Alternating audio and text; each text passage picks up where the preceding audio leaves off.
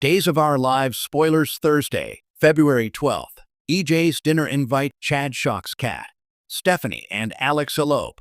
It is a balmy Thursday in February, but the temperature in Salem is sub-zero. As the clock ticks toward the 12th, the devilish trinity of Days of Our Lives spoilers has unleashed a trifecta of narrative chaos so dense it could generate its own weather system. In the east wing of the DOOL mansion, a dinner invitation has been issued. In the square, a confrontation is brewing that will leave one woman questioning her sanity. And on the road to somewhere else entirely, two people are about to make a run for the border, literally. Here is your exhaustive, play-by-play breakdown of the February 12th episode. Teach deal. EJ invites enemy to dinner. There are dinner parties, and then there are EJ dinner parties. When EJ extends a formal invitation to the dinner table, he is rarely serving beef Wellington. He is serving revenge, chilled, with a side of psychological warfare. This Thursday, EJ, Dan Feuereagle, puts on his finest tailoring and picks up the phone to invite the one man he has failed to break, Rafe Hernandez. At first glance, the premise seems almost neighborly. EJ, aware that the Salem PD has been breathing down his neck regarding the increasingly convoluted body and soul movie set sabotage and the lingering stench of the Clyde Weston situation, has decided that the best defense is a full-court press. Sources close to the set confirm that EJ's offer is framed as an olive branch. But this is EJ Dimera. His olive branches are typically covered in hemlock. The dinner is ostensibly to discuss community safety and to bury the hatchet. In reality, EJ is attempting to probe Rafe's investigation to get inside the head of the man who is currently occupying the space, both professional and romantic, that EJ once coveted. With Nicole now firmly, or so it seems, in Eric's orbit, EJ's fixation has shifted. He doesn't just want to win. He wants to humiliate. What Rafe doesn't know is that EJ has also invited Jada. The power play here is exquisite in its cruelty. By placing Rafe and Jada at the same table, in the belly of the Dimera beast, EJ is forcing them to perform a unity they do not feel. The unspoken tension between Rafe and Jada regarding Arnold's return and the will-they-won't-they status of their relationship is the raw meat EJ intends to chew on while sipping his Brunello. Will Rafe accept? In a sane world, he would send a text back reading, "I'd rather eat glass." But Rafe is a cop. He walks into danger believing procedure will protect him. It won't.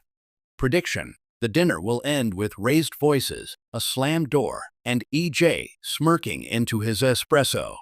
He has planted a seed of doubt in Rafe's mind, and that seed will grow into a strangler fig. 2THE collapse. Chad shocks Kat. Elsewhere in the Dimera web, Chad is not hosting dinner, he is hosting an interrogation. The relationship between Chad Dimera, Billy Flynn, and Kat Green, Annalyn McCord, has been one of the most curious developments of the winter season. Kat, the mysterious lookalike who arrived claiming to be the late Abigail's long-lost twin, has been circling Chad like a moth around a very wealthy flame. Chad, still grieving and isolated, has allowed the orbit. But on Thursday, the gravitational pull snaps. Spoilers indicate that Chad delivers a seismic shock to Kat.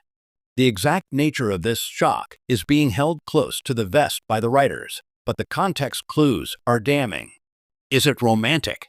Is Chad, in a moment of loneliness, finally succumbing to Kat's advances? That would be the obvious bait.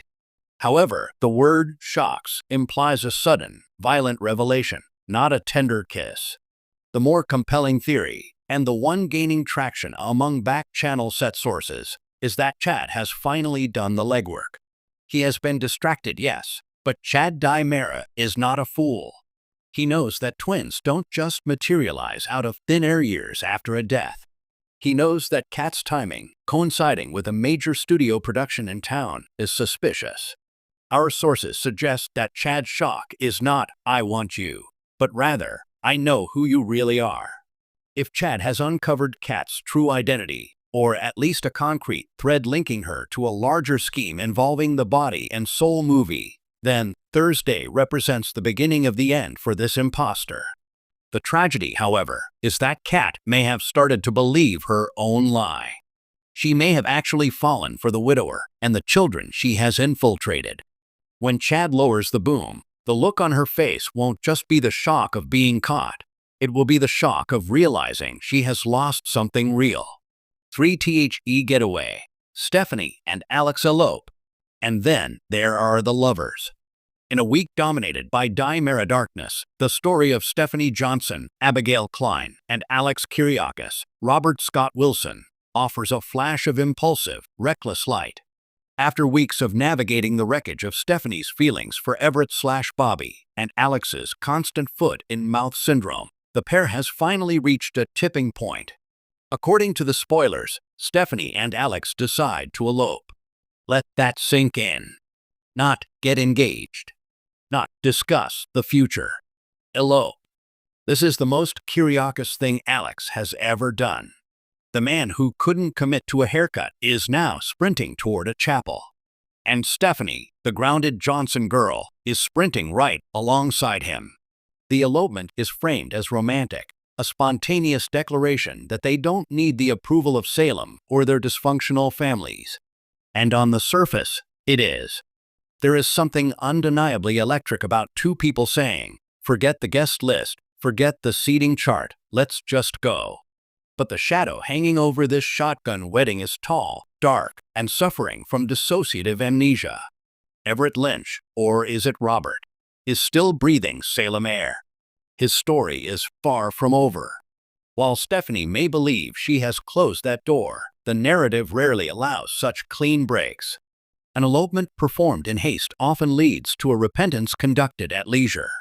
Is Stephanie running toward Alex, or is she running away from the chaos that Everett represents?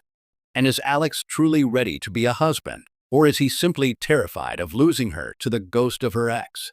The elopement will undoubtedly feature a stolen moment of genuine happiness. We expect a quirky officiant, a bouquet of gas station roses, and a kiss that feels like a promise. But Salem marriages have a shelf life shorter than unpasteurized milk. IVTHE Tapestry. What makes Thursday, February 12th, such a landmark episode is the thematic collision. At the Dimera mansion, EJ is weaponizing intimacy, turning a dinner table into a battleground. In the square, Chad is weaponizing truth, using facts as shrapnel. And on the road, Stephanie and Alex are weaponizing love, using it as a shield against the outside world. Three very different strategies for survival. EJ believes control is safety. Chad believes the truth is justice. Stephanie believes that love is escape. The tragedy of Salem is that they are all, to varying degrees, wrong. EJ's control will slip. Chad's truth will hurt the deliverer as much as the receiver. And Stephanie will soon learn that geography cannot fix psychology. Eloping to another zip code does not elope from your trauma. VTHE final word.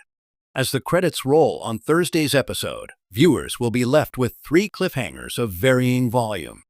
The first, will Rafe survive dinner without throwing his wine in EJ's face? The second, what exactly did Chad discover, and will Kat fight back or fold?